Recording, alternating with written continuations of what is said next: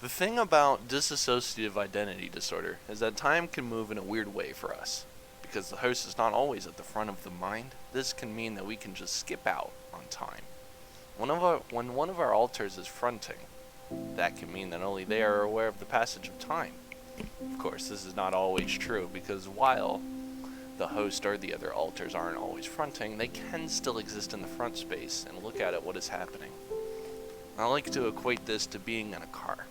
Usually, the host or another gatekeeper alter is in the front, controlling the body. As such, they are aware of what is happening around them and can control themselves, a lot like a driver in a car does with controlling the car. Meanwhile, the person in the front passenger seat, the alter who's closest to whoever's fronting, can still look out at everything that is happening, except this time they are just looking. They have no control over the car, but they can still talk to the driver and communicate what is going on. However, now in the back seat, whoever is back there has no control over the car and cannot see everything that is going on. Just the same as an alter being in the back of the front space, cannot really see what's happening and has no control over what happens. Now, of course, this analogy does not really do it justice because more than one alter can be with whoever's fronting and be looking out. Or what if one or more of the alters goes into the back of your mind or just into your brain away from the front space? This is where I like to say it turns from a car into something like a starship, something that's very big, and most of the area cannot look out into space.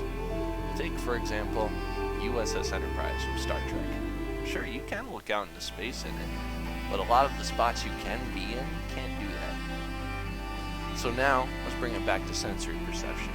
When you're in one of those areas in your mind where you can't look outside, you don't really have a sense of time passing because you can't look at a clock or observe events around you that doesn't signal a passing day. Of course, we all have a biological clock of sorts that measures time in our body to indicate things like eating and such, but that doesn't really translate well into actually seeing what time it is because it is localized to our body. So, in my opinion, there could be a lot of instances where the host can sometimes skip out on time because of the nature of the ID and as such have gaps in our memories.